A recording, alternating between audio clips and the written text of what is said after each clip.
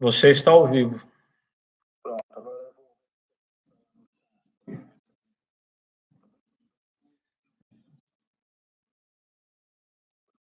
Tá. Caríssimos, eu acredito que eu tenha retornado. Vocês estão me vendo aí? Por favor, me digam no chat. Estão me vendo e ouvindo?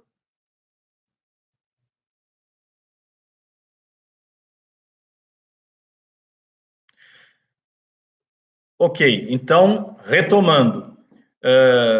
Problemas da tecnologia, não é? Eu imagino que haja limite para estas lives no YouTube, e por isso houve esse encerramento automático, mais ou menos nos 60 minutos.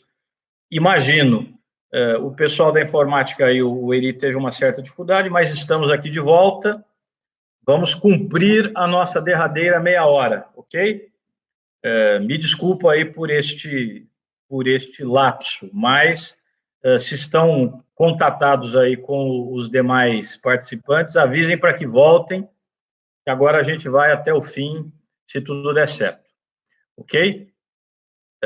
Então, seguimos de onde paramos, que era o finalzinho do teletrabalho, era só para dizer que no artigo 5º da MP 927, ficou então dito que a adoção desse regime de teletrabalho, com estas regras que eu mencionei, poderia se dar também para aprendizes e estagiários. Aprendizes que, na verdade, são empregados, mas se trata de um contrato especial, um contrato de trabalho de natureza especial, mas são considerados empregados, e estagiários que não são considerados empregados, mas que, a despeito disso, também poderão ser colocados em teletrabalho, ok? Então, de teletrabalho é isso. Antecipação de férias individuais está lá no artigo 6º, durante o estado de calamidade, a que se refere o artigo 1º, o empregador informará o empregado sobre a antecipação de suas férias com antecedência de no mínimo 48 horas, por escrito ou por meio eletrônico. Apenas um aviso ao empregado com antecipação de 48 horas, para que ele, obviamente, se prepare e tome as providências que eventualmente tenha de tomar, mas isto também está na esfera do iusvariante patronal durante este período. E aí há alguns critérios. Elas não poderão ser gozadas em períodos inferiores a 5 dias. Vejam que grande liberdade aí se dá ao empregador, não é? Ou seja, ele poderia, em tese, interromper as suas atividades por vários períodos de 5 dias, antecipando as férias individuais dos seus empregados. O que ele não pode fazer é determinar este gozo antecipado por menos de 5 dias, mas a partir de 5 dias ele pode, e obviamente até o limite das férias disponíveis.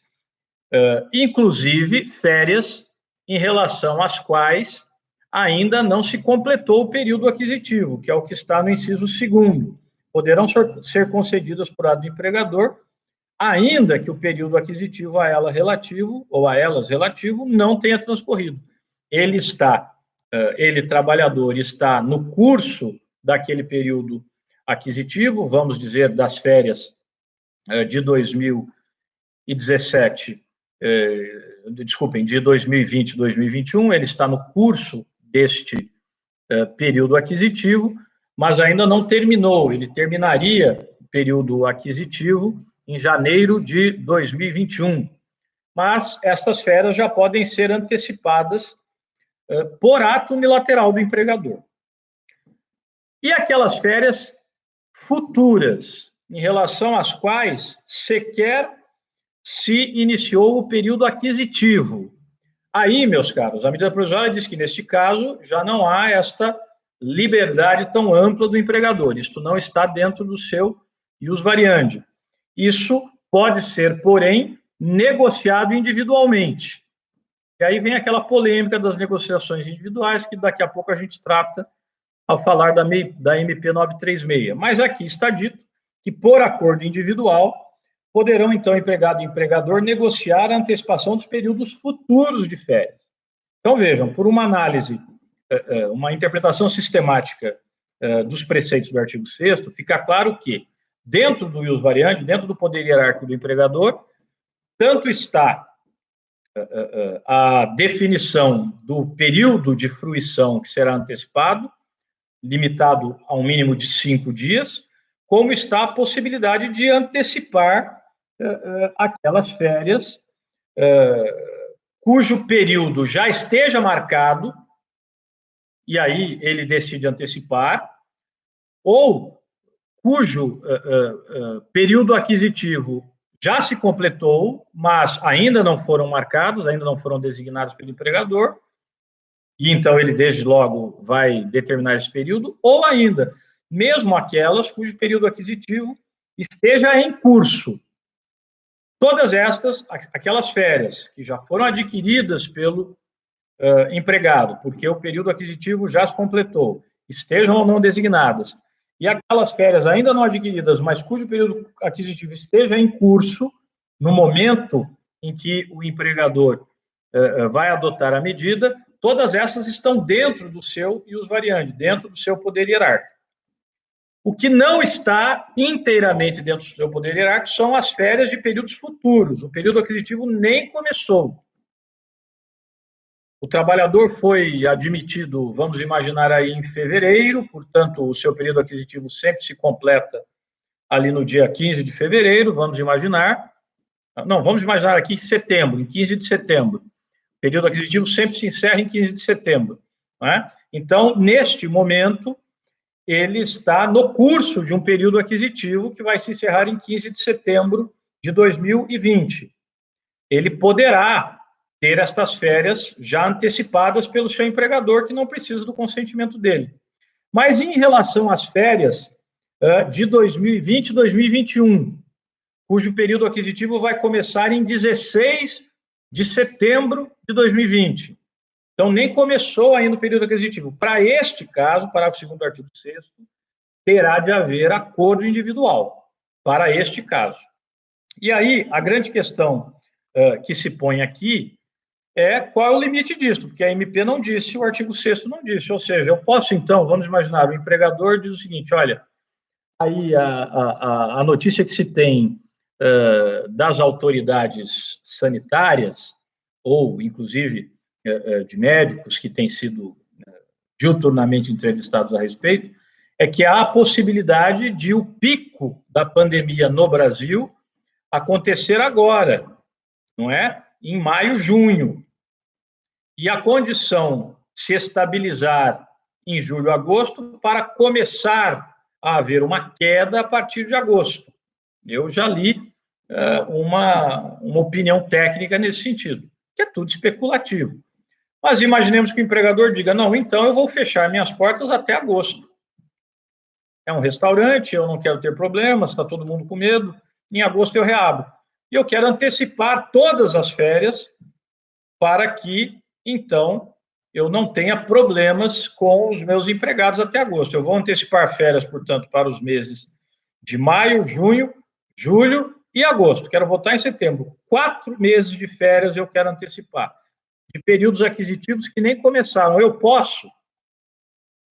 Vejam que isto me abre um horizonte perigoso. Daqui a pouco o empregador vai dizer, bom, então já para o ano inteiro para voltar só em janeiro de 2021 e antecipo todas as férias que vêm aí pela frente. E aí este trabalhador vai ficar aí bem uns 6, 7, 8 anos sem férias. Isto é possível? A MP não foi clara a respeito. Meu entendimento é de que não. Isto não é possível. Aí, de novo, é uma interpretação lógico-sistemática que eu estou propondo. Eu tenho de compreender o parágrafo 2º do artigo 6º a partir do próprio artigo 1º e, portanto, do Decreto Legislativo 6 de 2020. Isto só vale para o período de calamidade pública e emergência de saúde pública, que vai até 31 de dezembro. Portanto, a meu ver, primeiro, férias já adquiridas ou férias em processo de aquisição, ou seja, período aquisitivo em curso, e os variantes do empregador. Férias de períodos futuros podem ser antecipadas por acordo individual, minha opinião, desde que o período aquisitivo que não se iniciou ainda se inicie dentro do período de calamidade pública reconhecido pelo Decreto Legislativo número 6. Ou seja, desde que o período aquisitivo que ainda não se iniciou vá se iniciar até 31 de dezembro de 2020. Períodos aquisitivos que vão se iniciar em 2021, 2022, 2023 e daí por diante não estariam alcançados pelo artigo 6º, parágrafo 2º, porque exatamente já estão fora do período de pandemia. É o meu entendimento aqui neste caso, valendo a mesma coisa, meus caros, para o artigo 13. O que o artigo 13 diz? Diz dos feriados. Aproveitamento e antecipação de feriados. Durante o estado de calamidade pública, os empregadores poderão antecipar o gozo de feriados não religiosos, federais, estaduais, distritais e municipais. E, mesma situação, mesma obrigação acessória patronal, deverão notificar por escrito ou meio eletrônico o conjunto de empregados alcançados com antecedência mínima de 48 horas, mais uma vez, para que eles se organizem, sabendo que, portanto, dali a 48 horas não precisarão comparecer, porque estão sendo antecipados os feriados civis. Né? Também poderão ser utilizados, inclusive, já vamos falar disto, para a compensação do saldo do banco de horas, que é uma facilidade que aqui se criou para o empregador também. E os religiosos? Os religiosos foram aqui excetuados porque envolvem fé, envolvem uma questão muito cara e muito sensível para o brasileiro, que é a questão da sua fé, né? Os dias que ele quer dedicar ao seu culto, etc. E esta é também uma questão polêmica, mas estamos falando basicamente de fé cristã, né? Os feriados religiosos que nós temos no Brasil, basicamente, são os da fé cristã. Mas muito que bem. Estes feriados poderão também ser antecipados, mas aí se exige a concordância do empregado, acordo individual escrito. Então, feriados civis e os variantes do empregador, poder hierárquico. Feriados religiosos, né, aqueles que têm reconhecimento pela ordem jurídica, que, como eu disse, são basicamente os ligados à fé cristã, e especialmente à fé católica, estes dependerão do consentimento do empregado, que, portanto, tem aí, digamos, preservada a sua liberdade de culto, se ele preferir, digamos assim, aguardar a data própria, porque nessa data ele quer praticar a religião. Então, ele precisará concordar individualmente, ok? Agora, o que antecipar? Mesma história, o empregador pode, então, antecipar feriados até 2055, todos os feriados civis, até 2055, mais os religiosos, ele pega lá o acordo com o trabalhador, tudo isso ele antecipa para ficar alguns meses sem trabalho na empresa, e depois ele não ter prejuízo com isso, porque o trabalhador vai ter de trabalhar nesses feriados.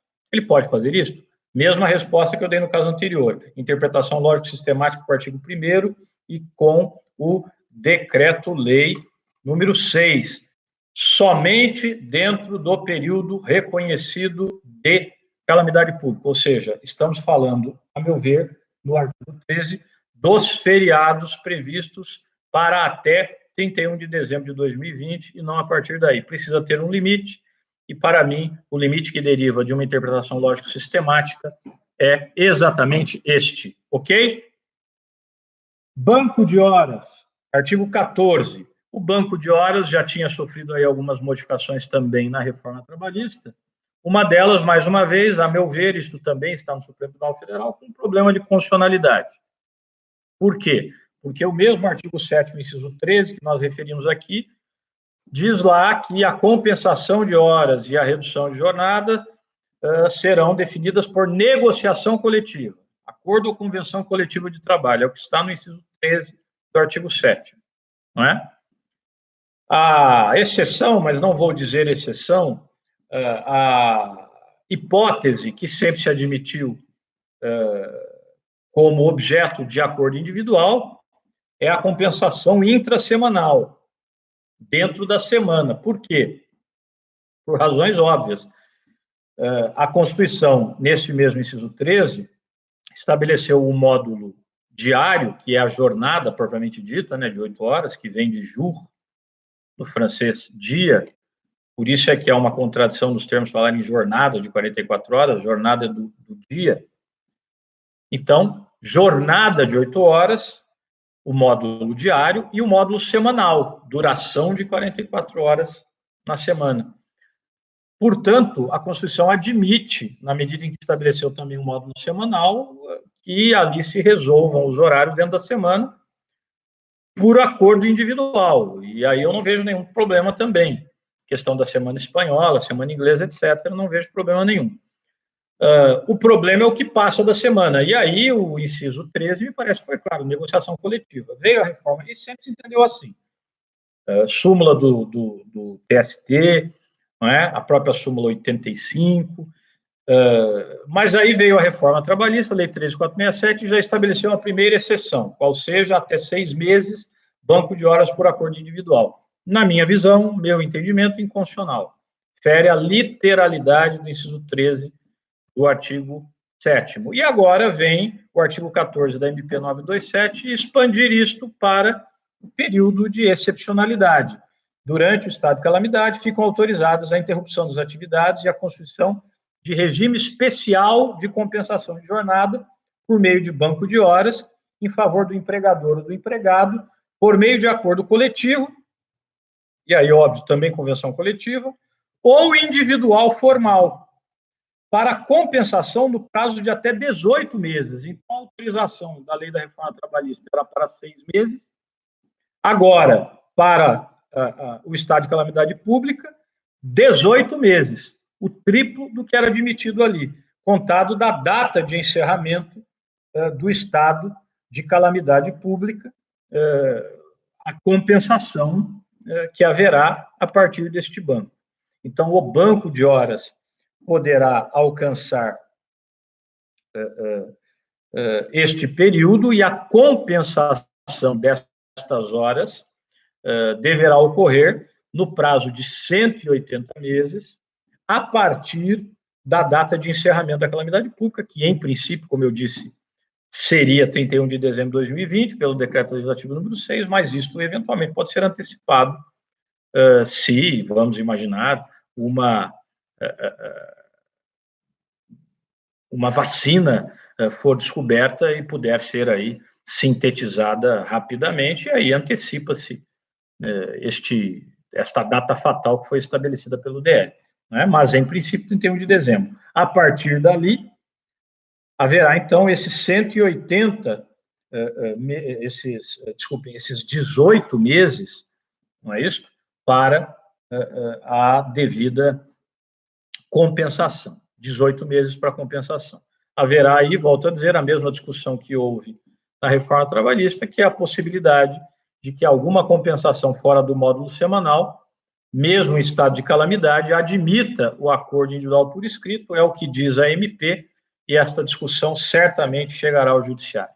E depois, durante os 18 meses, em que isso deverá ser compensado a partir do fim do estado de calamidade, como é que se compensa? Se estabeleceram regras aqui razoáveis, porque poderia vir, digamos, o empregador com muita sede ao pote, pretendendo que estas horas todas fossem compensadas, especialmente as faltantes, né? O débito do banco de horas, é dele que nós estamos falando, esses débitos fossem saldados com muita avidez, muito rapidamente. Aí veríamos, então, como há uma perspectiva de que este período se prolongue aí por alguns meses, haveria situações de trabalhadores, então, trabalhando 12, 15 horas para diminuir o seu débito no banco de horas. Então, se estabeleceu um limite no parágrafo 1º. Esta compensação do tempo para a recuperação do período interrompido poderá ser feita mediante prorrogação de jornada em até 2 horas, que não poderá exceder 10 horas diárias. Então, da jornada normal, jornada legal, vamos imaginar que seja um advogado empregado. A jornada dele é de 4 horas.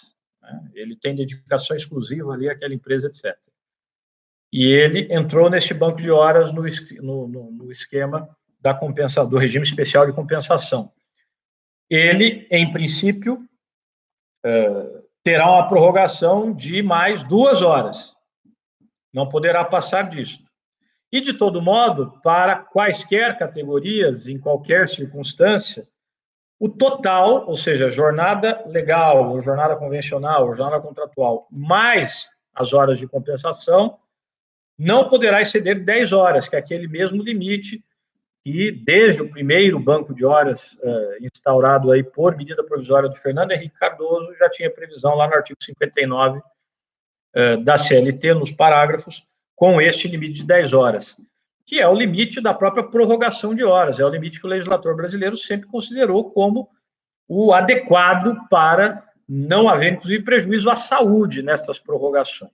Não é isso? Então, este será o limite para a compensação derivada do banco de horas a partir do fim do estado de calamidade, ou seja, elas poderão ser compensadas, o empregador pode, inclusive, determinar esta compensação, determinar o pagamento destas horas em débito sem nenhum acordo individual, que está no parágrafo 2º deste artigo 14. A compensação do saldo de horas poderá ser determinada independentemente de convenção coletiva ou acordo individual de trabalho, tá? E o usuariante também, poder hierárquico, mas com um limite. Excesso diário de 2 horas em relação à jornada ordinária e jamais excesso a 10 horas dia, ok? Muito bem. E aí, meus caros, para a gente terminar a 927 e falar um pouquinho, o meu objeto principal era a 927, mas para falar um pouquinho também da 923, da 936, por conta, inclusive, da sessão do STF que acontecerá hoje, começou ontem, né? Acho que acompanharam, julgando a ADI 93, a ADI 6363, e conjuntamente a ela, inclusive, a ADI 6342, a ADI 6342 foi ajuizada pelo PSOL em face da MP 927.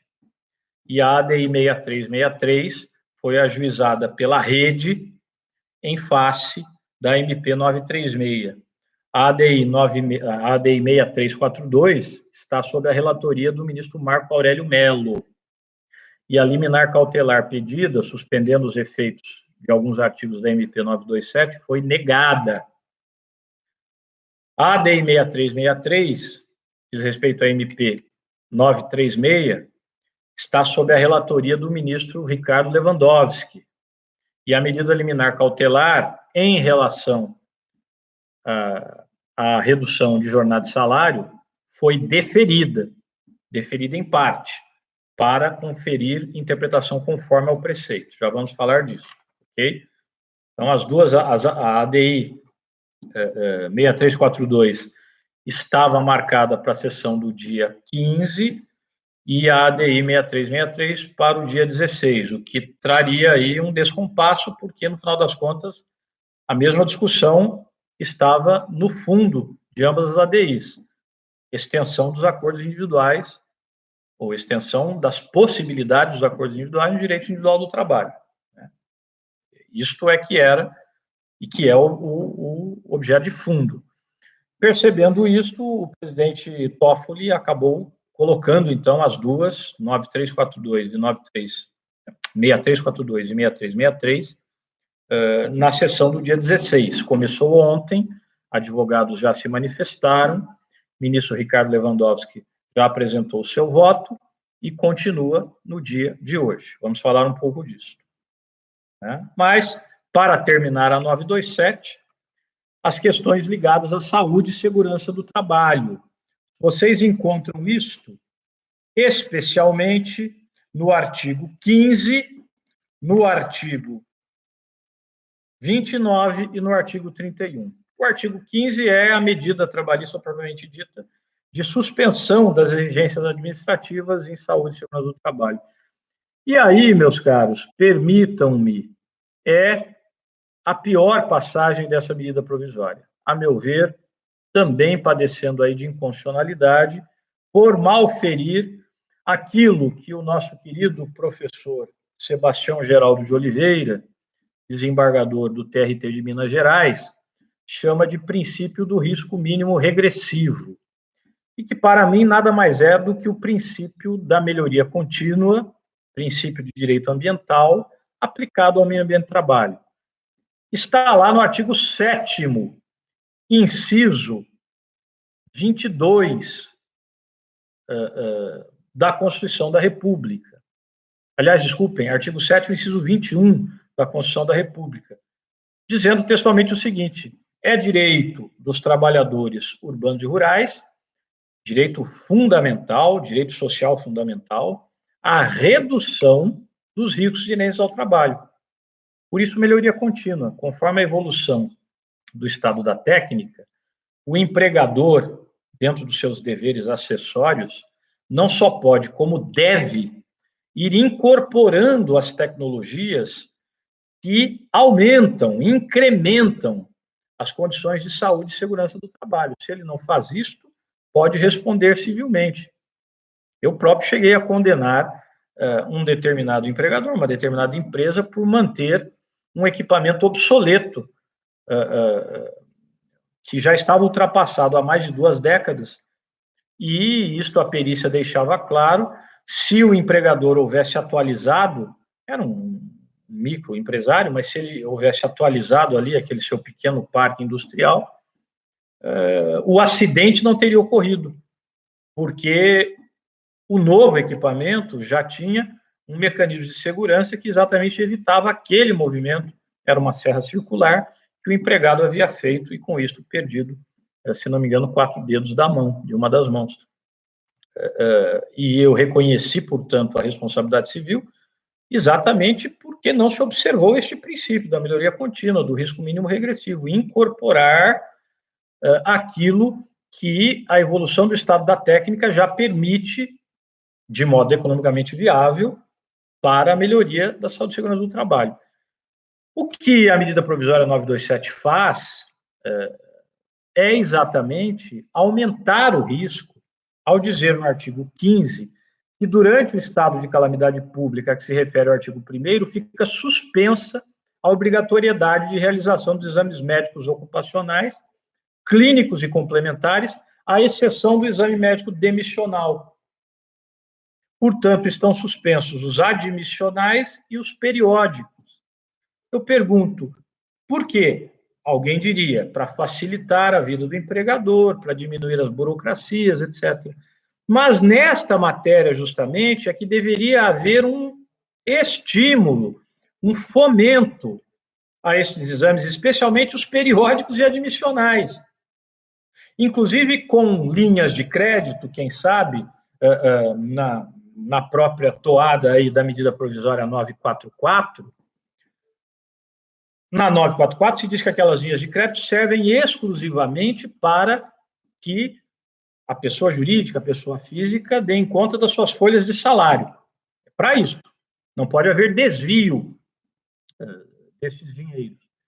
Mas por que não se criar, é apenas algo que eu imagino, mas se poderia ter criado também, dentro da mesma ideia, a possibilidade de uma linha de crédito para que os empregadores incorporassem, por exemplo, aos seus PCMSOs, aos seus programas de controle de medicina e saúde ocupacional, os próprios testes de coronavírus.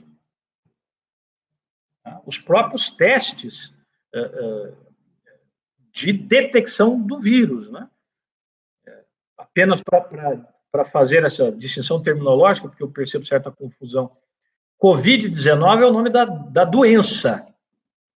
Né? Na verdade, uma contração da língua inglesa. Né? O CO de coronavírus e o VID-vírus e o D de disease. Então, coronavirus disease 2019, Covid-19, é o nome da doença. E o coronavírus o novo coronavírus então, a designação do próprio vírus. Pois bem, o teste é para, em princípio, o coronavírus, na medida em que alguns indivíduos portam o vírus, mas não estão sintomáticos. Portanto, a rigor, não desenvolveram a doença, a Covid-19. Mas é importante que o teste se faça em relação ao vírus. Por quê? Porque mesmo quem está assintomático pode transmitir, inclusive pelos perdigotos, etc.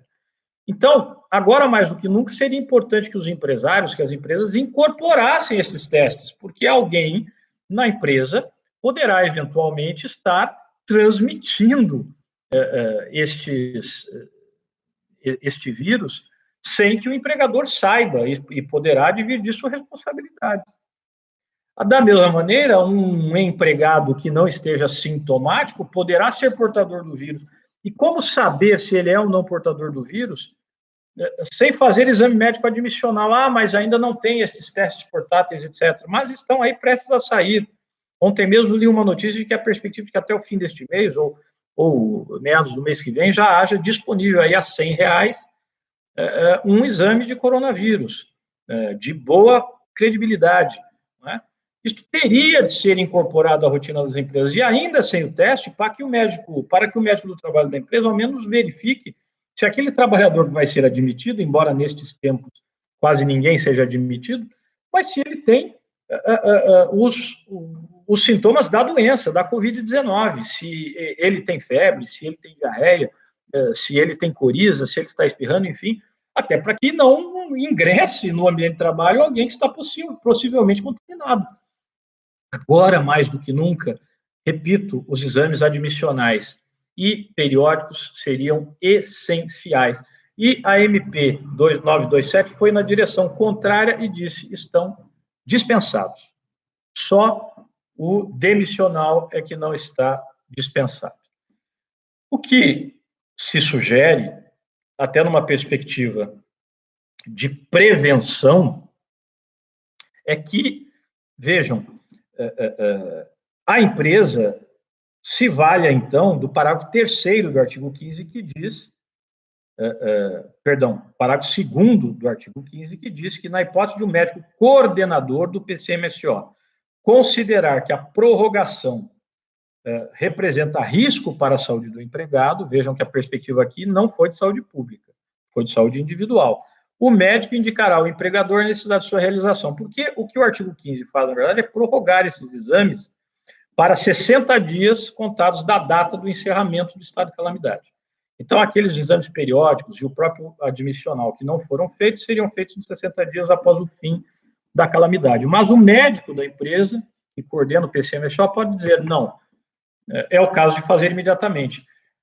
O artigo 15 pensou na perspectiva do indivíduo, não é? E o médico pode dizer isso: olha, está com sinais claros aqui, ou como houve, vamos imaginar, um trabalhador que se afastou por conta da Covid-19, o médico dirá: é importante que todos os trabalhadores do setor façam agora o periódico. E, a meu ver, essa seria uma medida sábia. Isso deveria ser, na verdade, o comum e corrente, já que houve a suspensão, o próprio médico do trabalho orientar no sentido de se realizar esses exames, porque, neste momento, mais do que nunca, são importantes, são relevantes. Os próprios treinamentos previstos nas NRs ficam suspensos, é o que diz o artigo 16, e a própria CIPA, a contrário senso pelo artigo 17, poderiam ter as atividades suspensas, já que o artigo 17 diz que as comissões internas de prevenção de acidentes poderão ser mantidas até o encerramento do estado de calamidade pública. Eu diria que aqui há até um sentido de essencialidade, né? Não sugeriria, se fosse advogado de empresa, a suspensão das atividades da CIPA, né? Mas a expressão do artigo 17 é poderão. E os processos eleitorais em curso para a CIPA poderão ser suspensos, ou poderão não ser. Aí vem uma questão interessante. Sabem que, desde a inscrição nas eleições da CIPA, já há uma estabilidade, na verdade, uma garantia de emprego, utilizando a dicotomia que a doutrina mais recente utiliza, uma garantia de emprego para, então, este candidato à CIPA, desde que seja representante dos trabalhadores. E vem a questão: foi suspenso o processo eleitoral, ele estava inscrito, a garantia de emprego permanece durante esse tempo todo? Parece-me que a resposta é sim, certamente, com baliza hermenêutica, manutenção do emprego e renda. Então, as estabilidades ou as garantias de emprego que estavam em vigor no momento destas suspensões todas, que estão preordenadas pelas MPs 927 e 936, a meu ver, se prorrogam dentro da própria lógica que está como baliza hermenêutica, que é a preservação do emprego. Prorroga-se, sim, a meu ver. O artigo 29 é bem problemático. Ele diz que os casos de contaminação pelo coronavírus, e aí cai naquele equívoco, coloca entre aspas Covid-19, aí é a doença, né? O nome do vírus, o nome científico do vírus é outro, tem a ver com aquela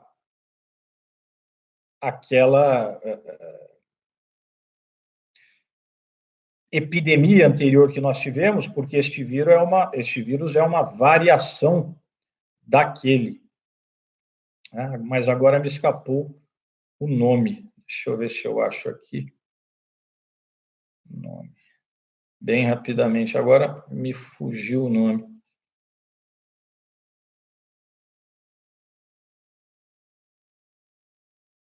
Não vou, daqui a pouco eu me lembro.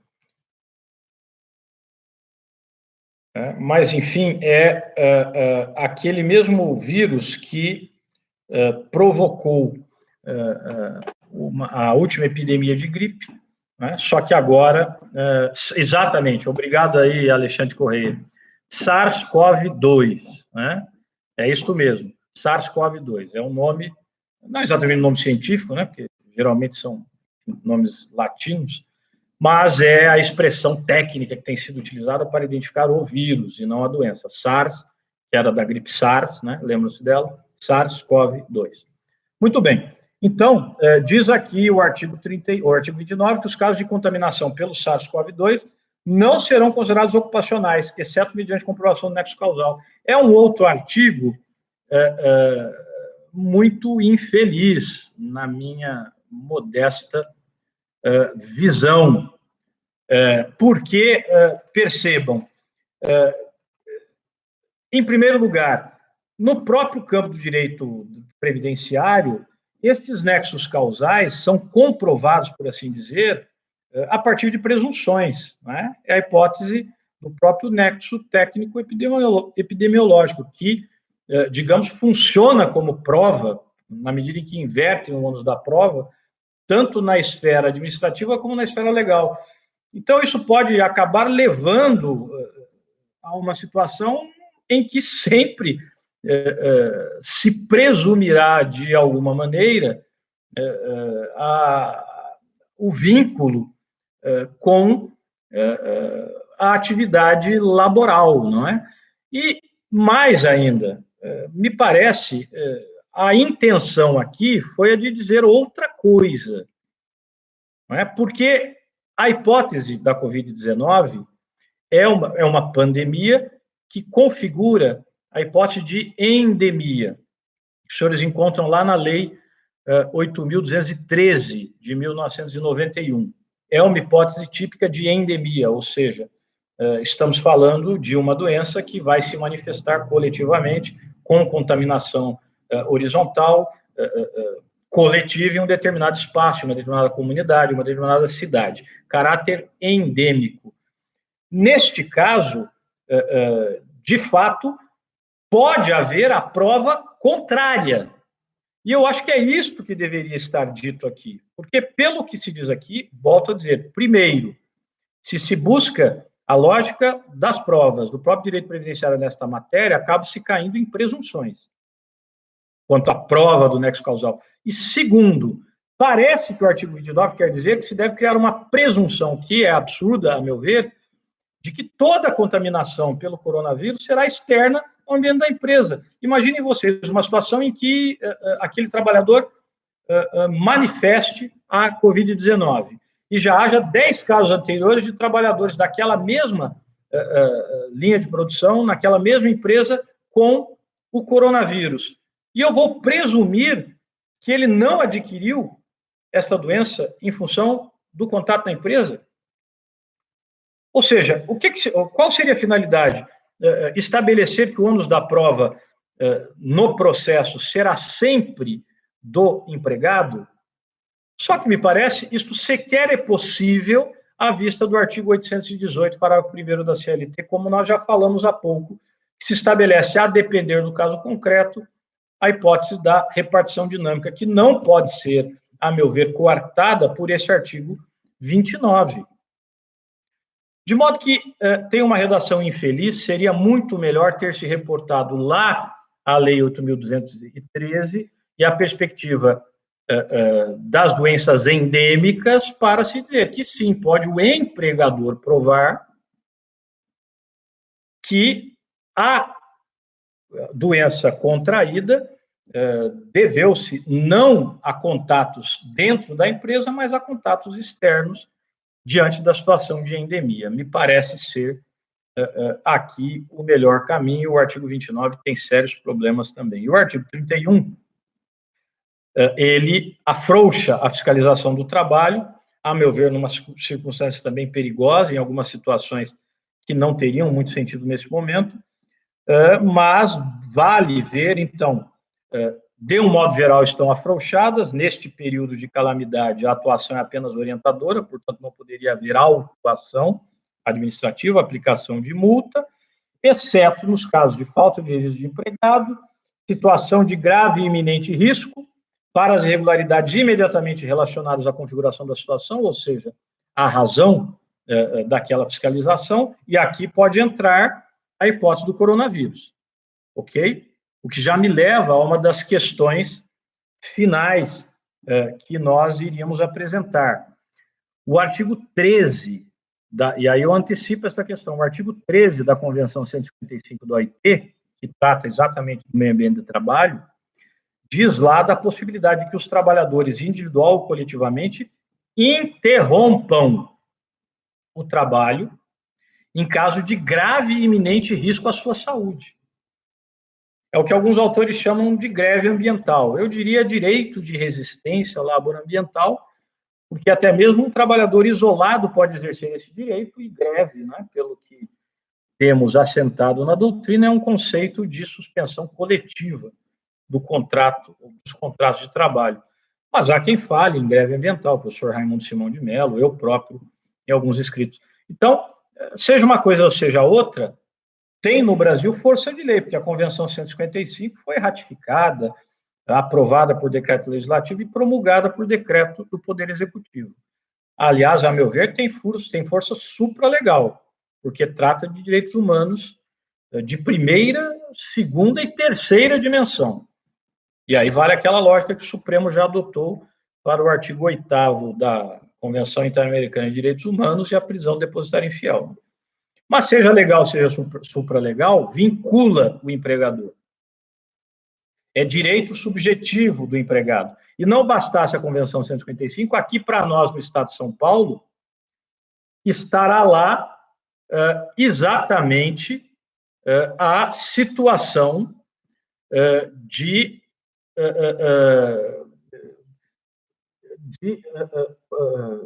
risco iminente descrita na Constituição do Estado de São Paulo. A Constituição do Estado de São Paulo é uma das poucas constituições estaduais do país que tem essa previsão, mas algumas têm. A Constituição do Estado de São Paulo previu textualmente, no artigo 222, se eu não estou enganado, ou 226, mas vocês vão encontrar isto lá, diz textualmente, quando fala do SUS, do Sistema Único de Saúde, na perspectiva estadual, da possibilidade de que, sem prejuízo a nenhum direito, o trabalhador individual ou os trabalhadores coletivamente, em situação de grave e iminente risco, paralisem as suas atividades. Volto a dizer, sem prejuízo a nenhum direito. A ser greve é uma situação, inclusive, mais protegida que as situações da Lei 7783, porque na Lei Geral de Greve, como vocês sabem, quem define a situação dos dias de paralisação, se haverá pagamento de salários ou não, se haverá compensação ou não, é a negociação coletiva. E a falta de negociação coletiva, a Justiça do Trabalho no exercício do seu poder normativo. Aqui não. Aqui a Constituição do Estado de São Paulo é textual ao dizer sem prejuízo de nenhum direito. E o artigo 13 da Convenção 155 também. Isto pode haver no caso do coronavírus, SARS-CoV-2? Pode, perfeitamente. Pode acontecer. Então, na situação, imagine que um trabalhador que apresentava sintomas se afastou e foi identificado depois num teste específico feito fora da empresa, não é?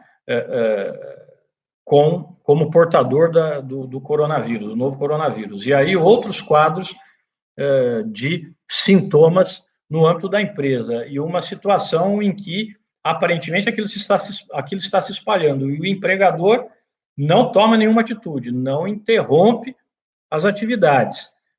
E sabemos, Covid-19 tem letalidade, especialmente para alguns grupos etários, maiores de 60 anos, algumas debilidades, diabetes, etc., pressão alta.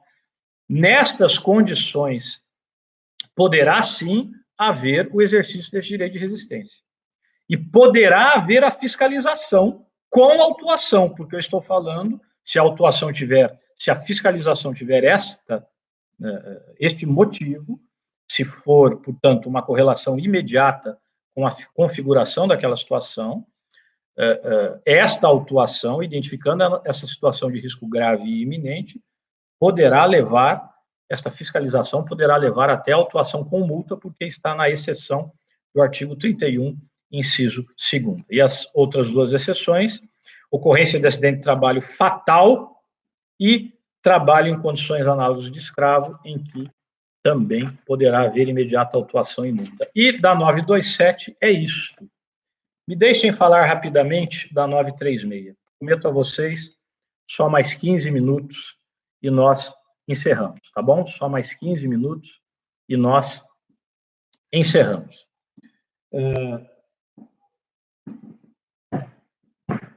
Eu já vou aproveitando aqui e discutindo eventualmente alguns aspectos que eu identifiquei aqui nas perguntas de vocês aqui no chat, tá bom?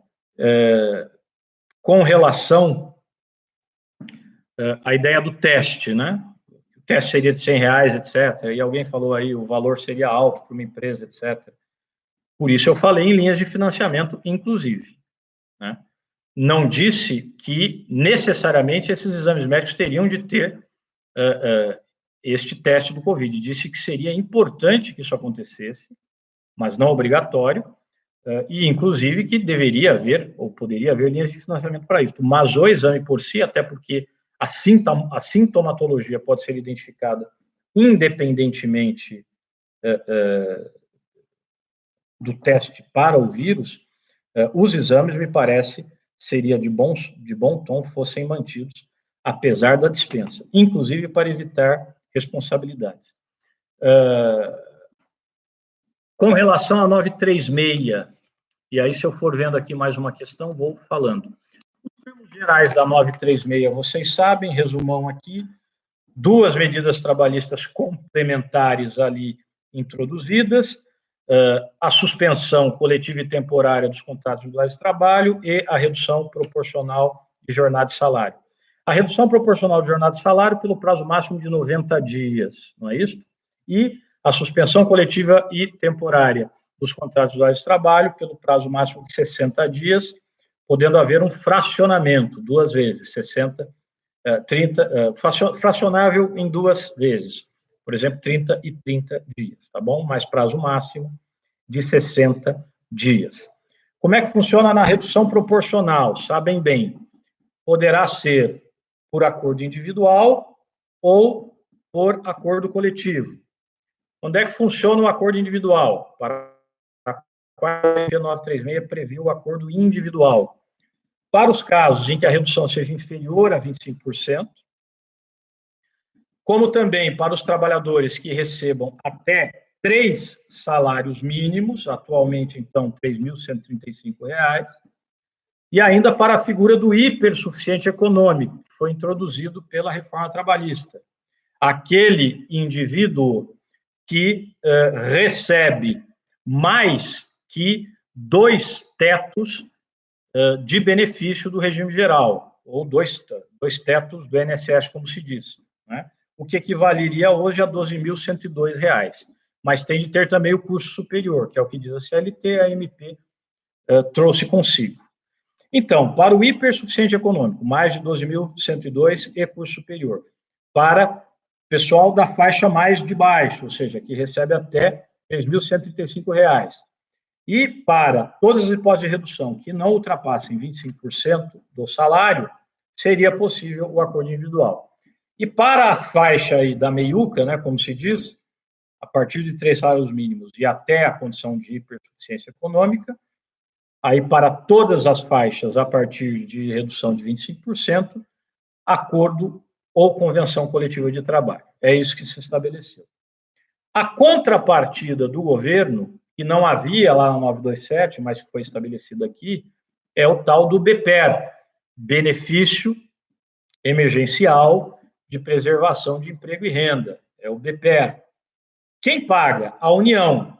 Vejam, isso aqui é interessante. Quando o Fernando Henrique, lá atrás, criou o layoff, vocês se lembram?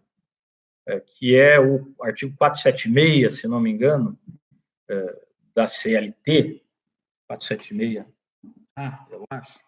Mas quando foi lá criado, exatamente, 476A, quando foi criado lá pela medida provisória 2.164 de 2001, havia uma bolsa de qualificação, que inclusive tinha previsão na Lei de Seguro-Desemprego, porque era paga com dinheiro do FAT, Fundo de Amparo ao Trabalhador. A medida provisória 936 não disse isso, disse que o dinheiro é da União, provavelmente para que até o Ministério da Economia tenha aí uma flexibilidade maior sobre a origem desse dinheiro. Então, não necessariamente será do FAT, em princípio, será da União.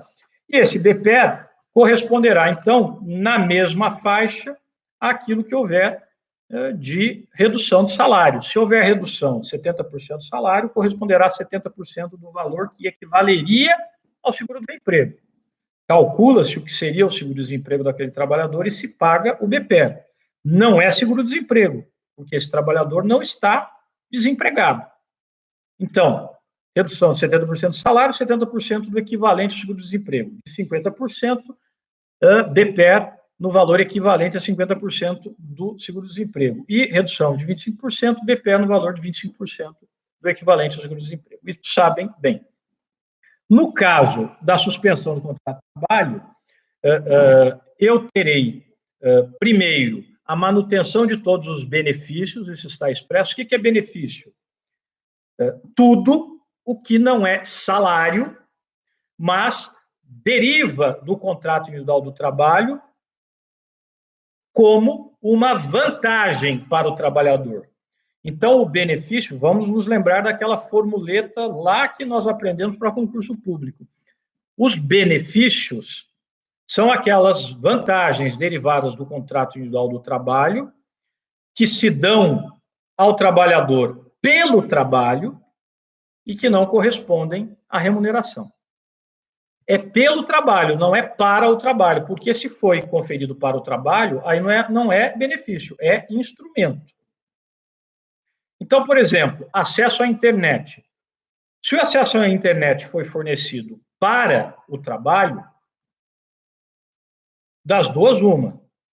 Haverá teletrabalho e aí continua sendo utilizado normalmente pelo trabalhador em sua casa. Ou haverá suspensão coletiva dos contratos de trabalho. E aí ele, em princípio, não usa este acesso à internet, porque é uma ferramenta. Este benefício não foi mantido, ou não precisa, desculpem, esta ferramenta aqui não é benefício, esta ferramenta não foi mantida ou não precisa ser mantida pelo empregador. Agora, o acesso à internet é para ele, é um benefício, né? Existe para que ele usufrua, mesmo para assuntos que não são laborais. Então, este benefício tem de ser mantido durante a suspensão temporária dos contratos de trabalho. Auxílio creche, mesma coisa, que não é remuneração, tem essa finalidade específica, terá de ser mantido. O os planos de saúde, plano odontológico, mesma coisa, tem de ser mantido durante a suspensão. Tá? Auxílio funeral, se houver aquele auxílio funeral via regulamento de empresa, que também não tem natureza salarial, vai indenizar lá o custo do funeral até certo valor, tem de manter o benefício, e por aí vai. Agora, tem benefício, meus caros, que não deve ser mantido pela sua natureza, aí vale agora a interpretação lógica, não é nem lógica sistemática, é a interpretação lógica. Por exemplo, vale transporte, o trabalhador não está mais se deslocando para a empresa, não precisa porque ele está em casa, ou se não está em casa, enfim, não está guardando isolamento social, o fato é que para a empresa ele não precisa ir. Então, não cabe, em absoluto, a tal da manutenção do benefício. Vale transporte, não. Vale alimentação. Da mesma maneira que, a meu ver, não estou falando do salarial, estou falando daquele via PAT, Programa de Auxílio à Alimentação. Ele tem, por finalidade, basicamente, fazer frente a um custo adicional que o trabalhador tem, porque terá de se alimentar fora de casa. Né? Não são todos, aliás, é uma minoria a daqueles trabalhadores que conseguem retornar para sua casa para fazer a sua refeição. Para estes casos, também não faz sentido manter o benefício se agora ele está em casa, ou deveria estar em casa. Mas os outros benefícios, sim, se mantêm. Ok? E aí pode haver ou não uma ajuda mensal compensatória. É uma ajuda compensatória que está prevista na MP 936 e que tem natureza indenizatória, textual na medida provisória. Portanto, não se incorpora para efeito algum, não integra nenhum outro título do contrato individual do trabalho, não sofre incidência de contribuição social, de alíquota de contribuição social, não sofre incidência de alíquota de imposto de renda à pessoa física e não é base de cálculo de fundo de garantia, ok? Lá na redução de salário e jornada, o empregador pode pagar essa ajuda compensatória, isso vai depender da negociação individual ou coletiva. E na suspensão dos contratos de trabalho, ele também pode, mas tem uma situação em que ele deve, em que é um dever legal decorrente da MP, que é a hipótese das empresas com receita bruta superior a 4,8 milhões de reais. No caso dessas empresas, portanto, que têm uma condição mais alentada, uma condição econômica mais alentada, 4,8 milhões, não é? Isto poderá, inclusive, servir de parâmetro para outras coisas aí adiante, ou seja, este é o perfil da empresa que a medida provisória, portanto, que o legislador, aqui, obviamente, o legislador extraordinário, entende ser uma empresa economicamente pujante, isto tem lá o seu interesse para várias coisas, até para fixação de indenização por danos morais, etc. Enfim, é um padrão que a lei estabeleceu para dizer esta empresa tem um porte econômico que a permite suportar obrigatoriamente a ajuda compensatória durante esse período da suspensão do contrato.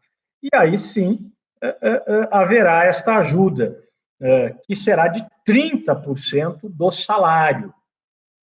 E aí também há o BPER na suspensão, mas vai depender da hipótese. Se for para as empresas que têm uma receita bruta inferior a 4,8 milhões e que, portanto, não estão obrigadas à ajuda compensatória, o BPER aqui vai ser de 100% do valor equivalente ao seguro-desemprego. E se for para estas com receita bruta de 4,8 milhões ou mais, para estes casos, então haverá ajuda compensatória de até 30% do salário e o BPER será de 70% do valor equivalente ao seguro-desemprego. Ok? E aí, meus caros, há outros detalhes. Um deles é de que tem a ver a comunicação desses acordos escritos, tá? Em 10 dias, tanto para o Ministério da Economia, que faz, às vezes, do antigo Ministério do Trabalho, provavelmente quem vai cuidar disso é a Secretaria Especial de Relações de Trabalho e Previdência Social, e também para o sindicato. E aqui eu caminho para o último tema, e para a gente encerrar, Luciana Gonçalves, empregado doméstico, dá para aplicar essas regras? Sim, estas regras da medida provisória alcançam também o empregado doméstico, obviamente, com alguma adaptação, mas alcançam, já não há mais dúvida quanto a isso. Rapidamente,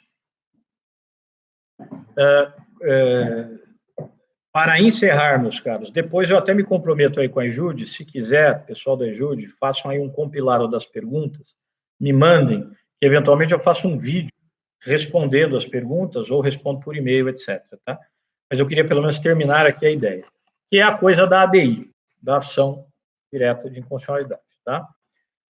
E aqui, especialmente, a ADI que teve a liminar e que vai entrar em pauta hoje, agora, daqui a pouco, que é a ADI 6363. Né? Se é que não entrou de manhã, juro que eu não sei, mas acho que é à tarde, ADI 6363.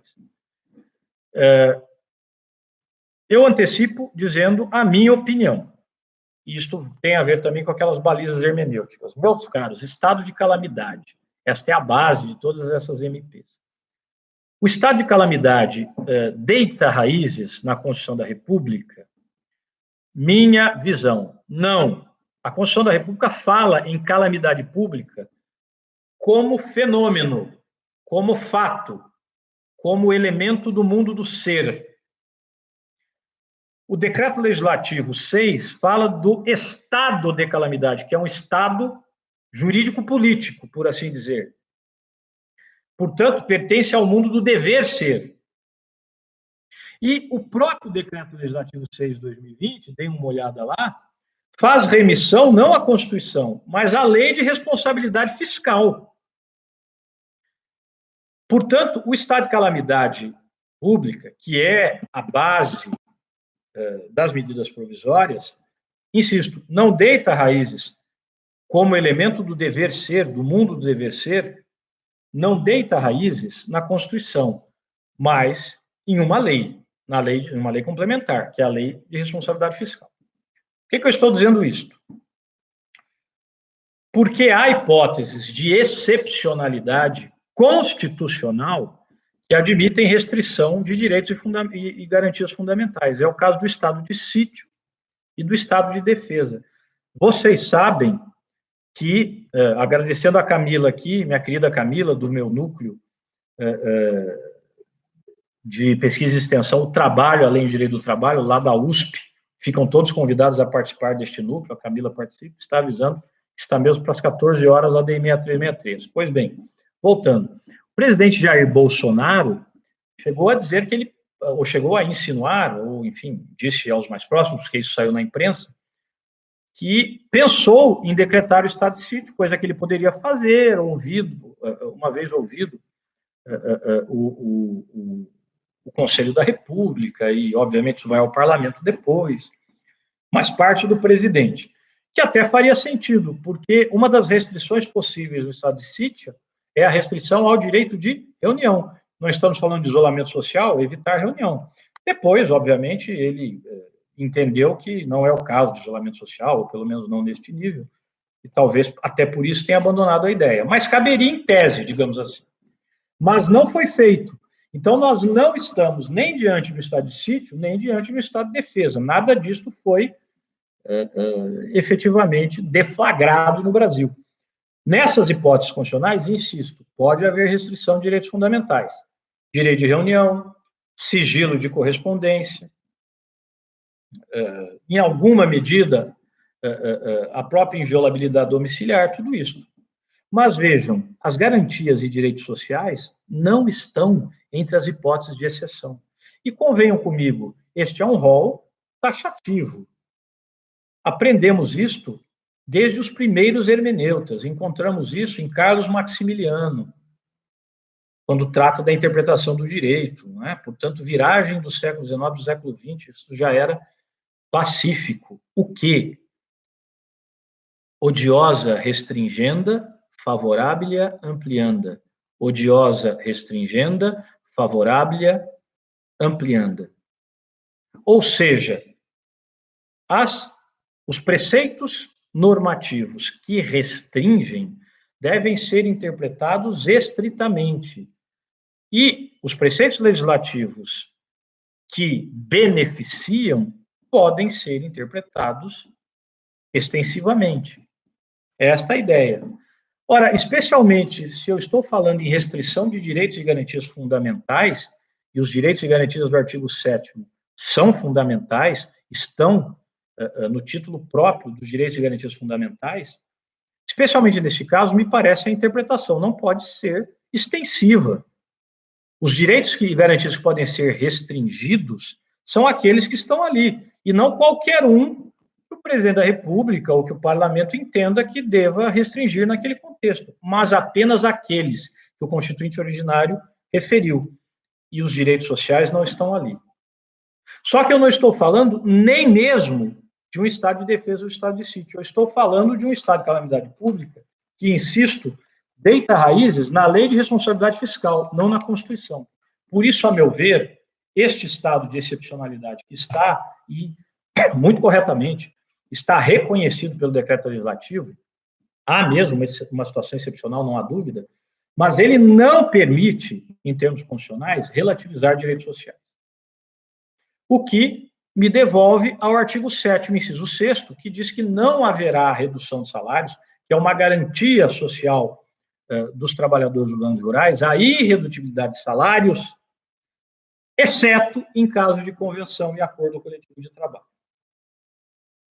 Portanto, a meu ver, incorria em inconstitucionalidade a previsão da MP 936 de redução de salários em qualquer circunstância, ali neste caso, mediante redução de jornada, pouco importa, por acordo individual. Mesma coisa na MP 927, quando o artigo 2º diz que durante o estado de calamidade pública, empregado e empregador poderão celebrar acordo individual escrito a fim de garantir a permanência do vínculo empregatício, que terá preponderância sobre instrumentos normativos, legais e negociais.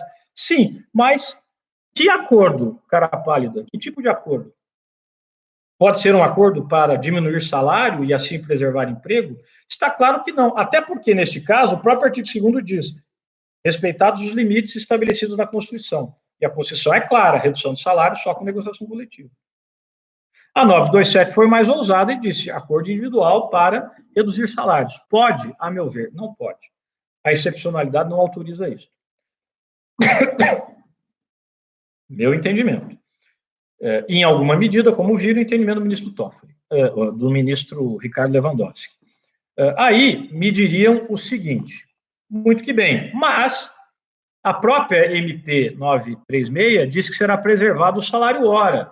Ora, então, não houve redução de salário? Eu tenho ouvido esse argumento.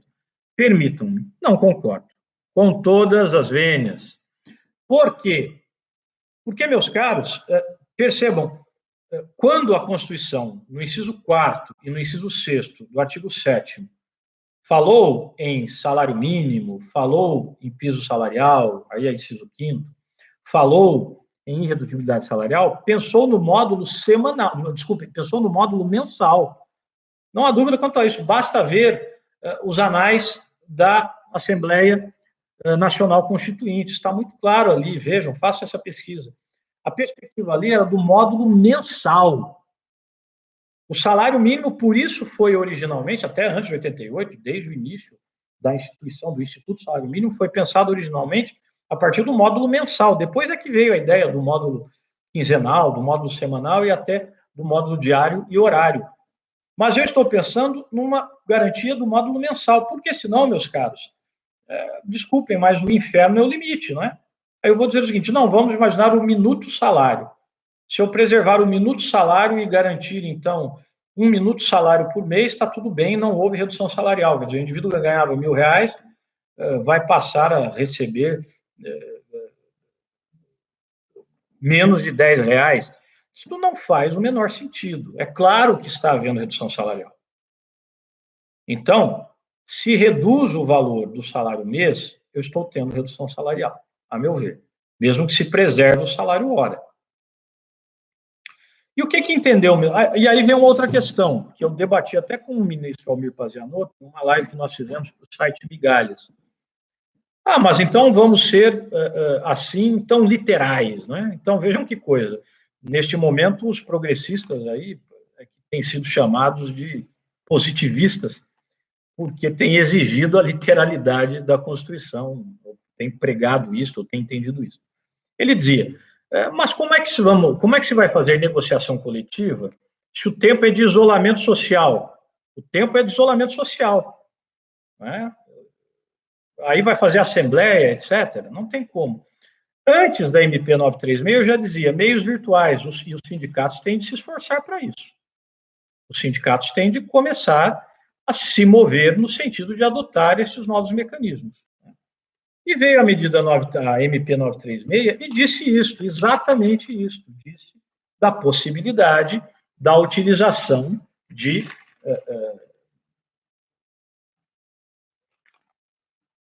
medidas ou instrumentos virtuais, né, eletrônicos, para que efetivamente haja a publicação de editais, as deliberações virtuais, os próprios debates virtuais, no plano dos sindicatos. E, além disso, a medida provisória reduziu para metade todos os prazos da CLT para atividade sindical, especialmente aquela relacionada à negociação coletiva. Perfeito, acho que foi uma das melhores medidas da 936. Textualmente dizer aos sindicatos, utilizem os meios eletrônicos. E, meus caros, houve aí recentemente um parecer da querida professora Ana Barcelos, da Universidade Federal do Rio de Janeiro, dizendo, não, exigir a negociação coletiva é absurdo, porque temos muitos sindicatos no país e o tempo de negociação chega a 2 anos. Me permitam, com todo respeito, e publicamos ontem, recomendo a vocês, se alguém encontrar, coloca aqui, por favor, no link, no chat, publicamos um artigo pelo Migalhas também, que se chama De Utopias e Portos Seguros. De Utopias, de Odisseias e Portos Seguros. Pandemia, MP 936 e ADI 6363. Acho que é esse o título. Eu e outros 2 professores. Mas o primeiro título é este, De Odisseias e Portos Seguros. De Odisseias e Portos Seguros. Deem uma olhada lá e vale a pena uma leitura a este respeito. O que nós estamos dizendo lá? Primeiro, todos vocês sabem que o tempo médio de uma negociação coletiva não é o de 2, 3 anos. Negociações coletivas para acordos ou convenções terminam antes que isso, muito antes que isso. E segundo, sindicatos vão negociar pelas categorias. Um sindicato como o Sindicato dos Aeronautas, que tem base territorial nacional, negocia por todos os aeronautas do país. Uma negociação só, não vou precisar ter milhares, milhões de negociações. Pelo contrário, eu venço exatamente esta lógica da negociação individual. Esta é que se pulveriza. E, por fim, é possível fazer isso. E aí eu lhe dou um exemplo aqui da minha região. Vocês sabem que eu sou juiz titular de Taubaté, primeira vara do trabalho de Taubaté, convocado agora no TRT-15. Taubaté, circunscrição de São José dos Campos, sede da Embraer. A Embraer, nesta semana, celebrou um acordo individual de trabalho com o sindicato correspondente para redução de jornada e salários, utilizando-se, o sindicato se valeu, inclusive, para aprovar o acordo de uma assembleia virtual. E, para isso, levaram menos de 1 mês, ao que me consta. Portanto, é possível, está sendo feito, basta ter boa vontade. Mas o ministro Lewandowski foi além disso, ele teve uma preocupação ainda maior, digamos, com o interesse da empresa, a verdade é essa. Ele tem apanhado muito, mas a liminar se preocupa, sim, com o interesse da empresa, com as impossibilidades. O que eu vinha sugerindo é o seguinte, porque eu vou ter aquele sindicato que não quer negociar, ou que diz, não, meios virtuais, não tem como fazer isso, ou que diz, não tem acordo nenhum, né, nenhum direito a menos. E não se abre a negociação. Aí precisa ter uma saída para o empregador. Que saída seria essa? Para mim, Justiça do Trabalho. Se o empregador, numa situação de pandemia, excepcionalidade, não conseguisse chamar o sindicato para uma negociação razoável, Justiça do Trabalho, poder normativo. E a Justiça do Trabalho autorizaria suspensão ou redução de salários com redução de jornada. Mas o ministro Lewandowski caminhou numa outra direção, disse o seguinte, olha, vamos pela interpretação conforme, não pela inconstitucionalidade tout-court do artigo correspondente da MP 936, mas pela interpretação conforme. Não tem 10 dias para intimar o sindicato, para notificar o sindicato, interpretação conforme. Não pode ser, e ele diz isso nos embargos declaratórios, quando ele responde à AGU, ele diz isso textualmente.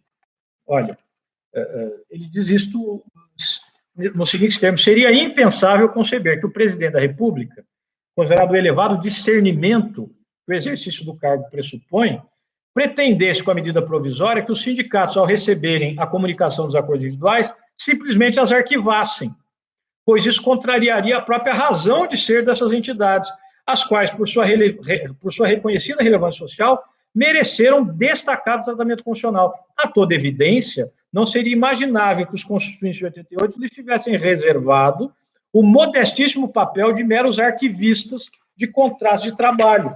Perfeita a fala do ministro Lewandowski aqui. O que ele está dizendo? Interpretação conforme, e até, supondo, então, coerência de quem editou a medida provisória, até a partir da mens legislatores, não se pode imaginar que a notificação do sindicato seja para simplesmente o sindicato saber que os direitos estão sendo perdidos. Ele tem de poder atuar, tem de poder chamar a negociação. E este foi o sentido da liminar cautelar. A notificação é para negociar. E depois, ao final, o produto da negociação coletiva, seja um acordo, seja uma convenção coletiva, aquilo prevalece sobre o acordo individual. Pareceu perfeito. E a AGU ainda provocou, sim, mas e os acordos individuais já celebrados? Porque a liminar veio depois da MP 927, da MP 936.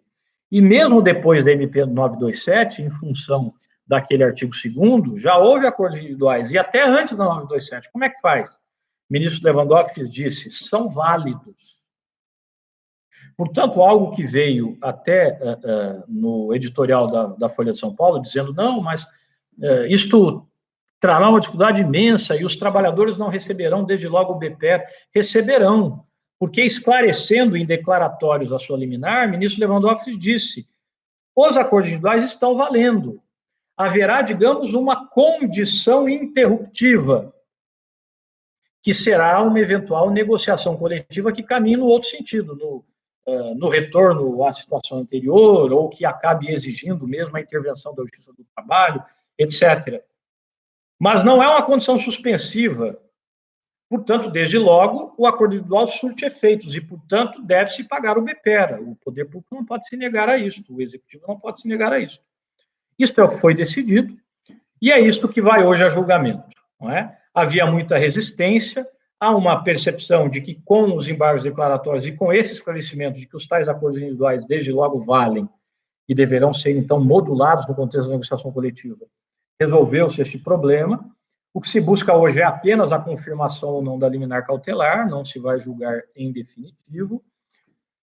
O ministro Barroso se deu por impedido neste caso, talvez porque a professora Ana Barcelos tenha emitido o parecer para a CNI, foram sócios, mas não sei se é por isso. De modo ele se deu por impedido, então ele não votará, e a sessão será à distância, portanto, uma sessão telemática, portanto. É isto que nos espera na tarde de hoje. Agradeço a vocês, havia muito mais a falar, peço desculpas porque me excedi demais, uma vez mais, deixo aí o meu agradecimento e o meu abraço ao desembargador Sérgio Pinto Martins, ao pessoal da EJUDE, aos juízes auxiliares, especialmente da EJUDE, que tiveram a delicadeza de me convidar, né? E especialmente aí o meu querido amigo, presidiu a Matra 2, está também como juiz auxiliar, e sei que tem feito um belo trabalho por aí, e foi quem fez o contato imediato. Muito obrigado, Fábio, por este convite também. A todos vocês um abraço, uma boa tarde, acompanhem a sessão do Supremo, estou à disposição para as perguntas. Muito obrigado ao Iri também, que me ajudou aqui com a parte informática. Um abraço a todos, fui, obrigado.